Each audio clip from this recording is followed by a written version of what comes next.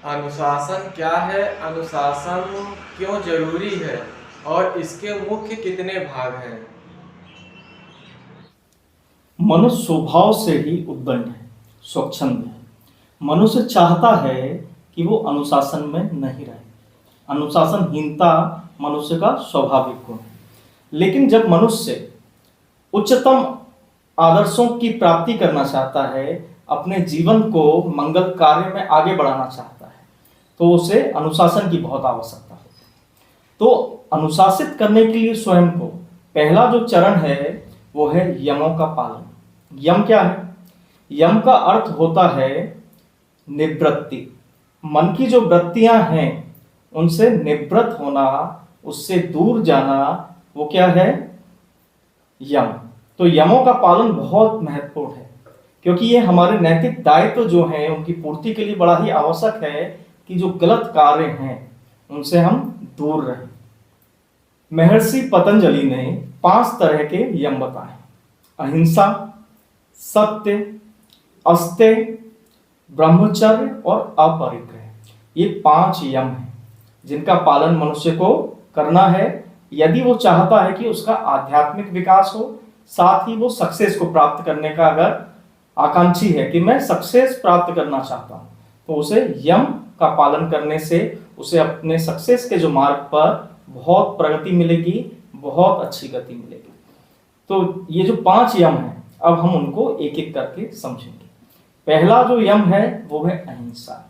तो अहिंसा यहाँ पे सिर्फ शारीरिक अहिंसा की बात नहीं हो रही, यहाँ पर मानसिक अहिंसा की भी बात कर रहे हैं पतंजलि। पतंजलि क्या कह रहे हैं आपसे?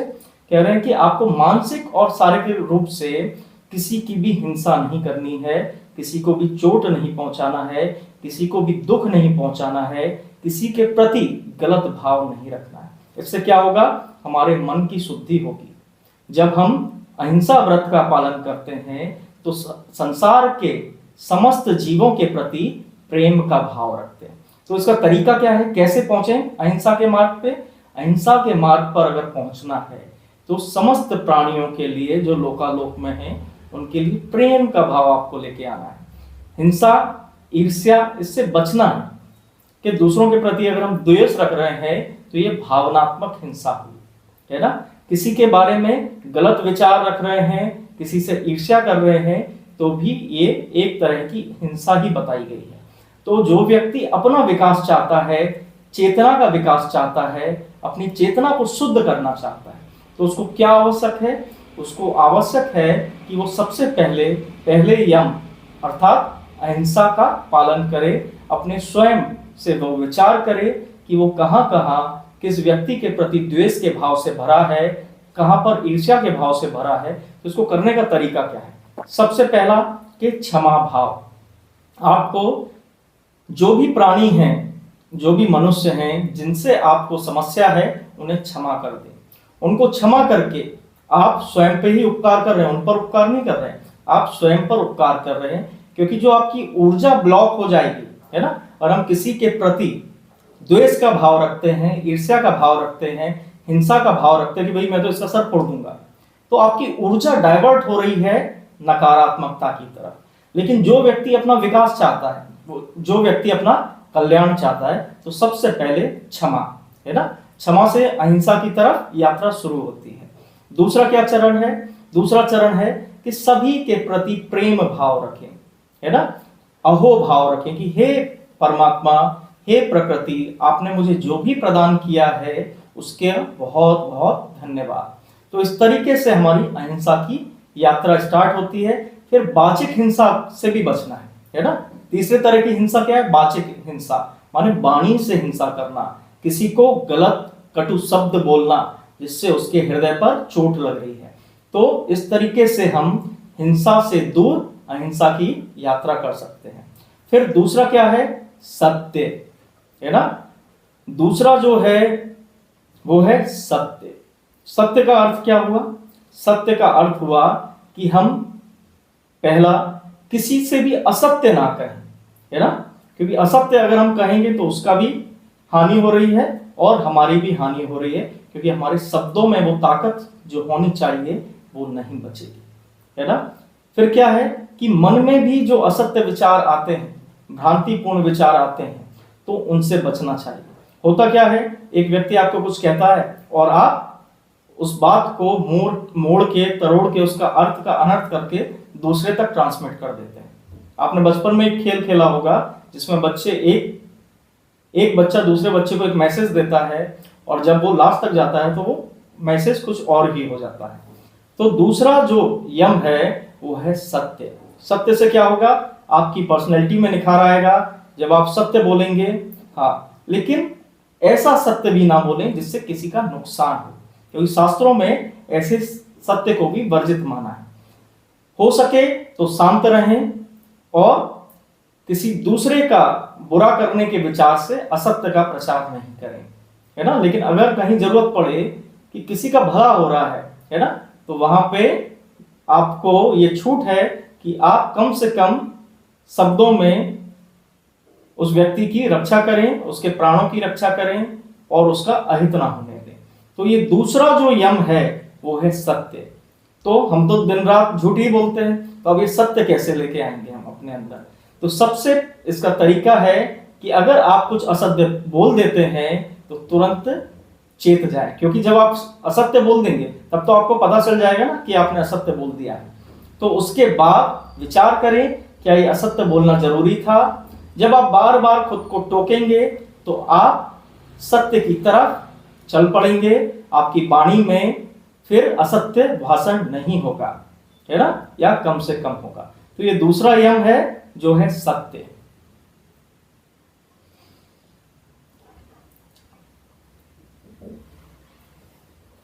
तीसरा यम है अस्तेय, है ना, अस्तेय।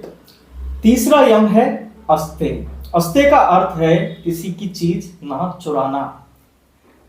किसी व्यक्ति का यदि अधिकार है किसी वस्तु पर, तो उस वस्तु को चुरा लेना, उसे उसके अधिकार से वंचित कर देना अस्तेय है। और इसी को हम कहते हैं लालच। लालच बुरी बला है। तो ये बला आप अपने साथ लेकर घूम रहे हैं। भले ही आप फिजिकली किसी वस्तु को ना चुराएं, लेकिन अगर आप मानसिक रूप से भी किसी वस्तु को चुराने की बात सोचते हैं या सोचते हैं कि सामने वाले की चीज मेरी हो जाए, तो ये चोरी ही है ना। ये मानसिक चोरी हो गई। आपने भले ही चोरी नहीं की, लेकिन आपने मन में उस चीज की कल्पना कर ली जो कि सर्वथा गलत है। तो तीसरा, हमें अपने मन को कैसे बांधना है, हमें दूसरे की वस्तु पर, उसके अधिकार पर अपना अधिकार नहीं जताना है। जिसका अधिकार है वो उसे मिले, इसी तरह की भावना रखें। आपको परमात्मा बहुत कुछ देगा। दूसरे की वस्तुओं पर अपना अधिकार जताने की कोशिश ना करें। तो ये जो तीसरा यम है वो है अस्तेय, माने मानसिक चोरी से भी बचना है और शारीरिक माने फिजिकल चोरी के भी चुरा ही लिया, उससे तो सर्वथा बचना ही है ना। तो ये हमारा तीसरा यम हो गया अस्तेय। चतुर्थ यम है ना, चतुर्थ यम है ब्रह्मचर्य। ब्रह्मचर्य का अर्थ होता है कि अपने वीर्य की रक्षा करना, है ना। कैसे रक्षा करना, मानसिक रूप से।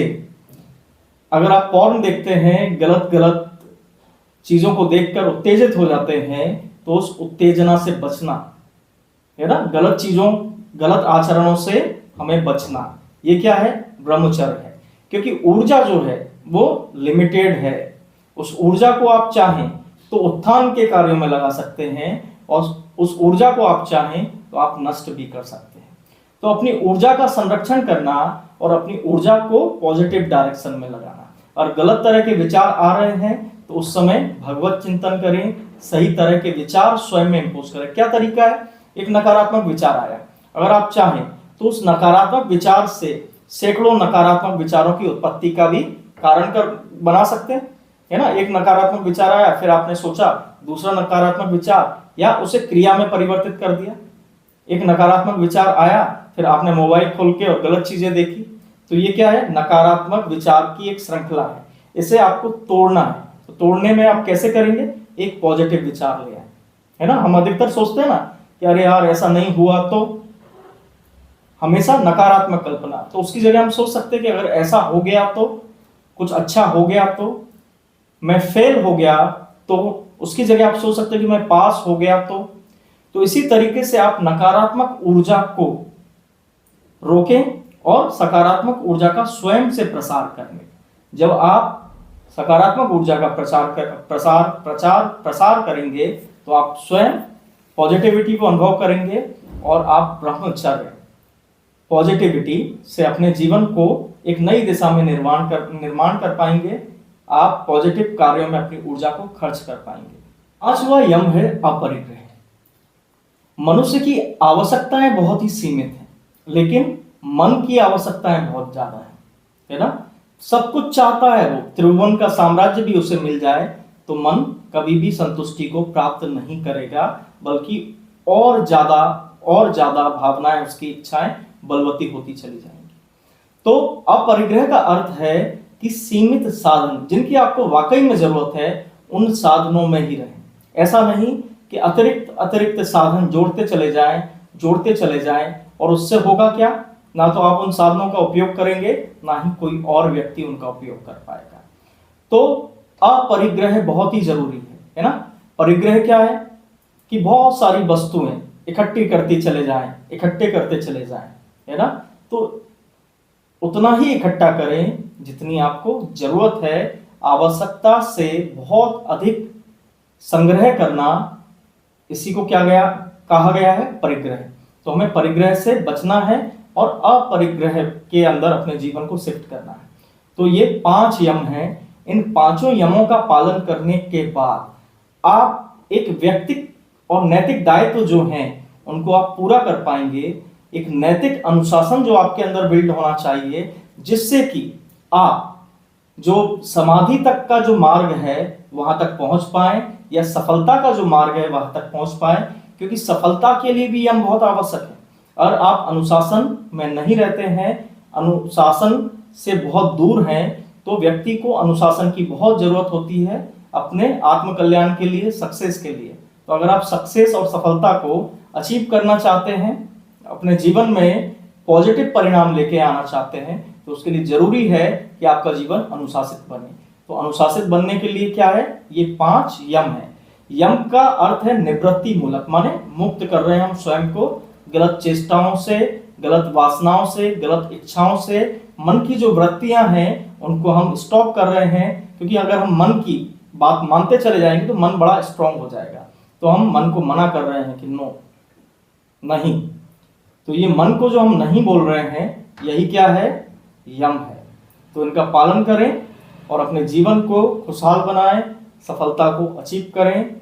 मिलते हैं नेक्स्ट वीडियो में, जिसके अंदर मैं आपको 5 नियम जो हैं उनके बारे में बताऊंगा। जय हिंद, नमस्कार।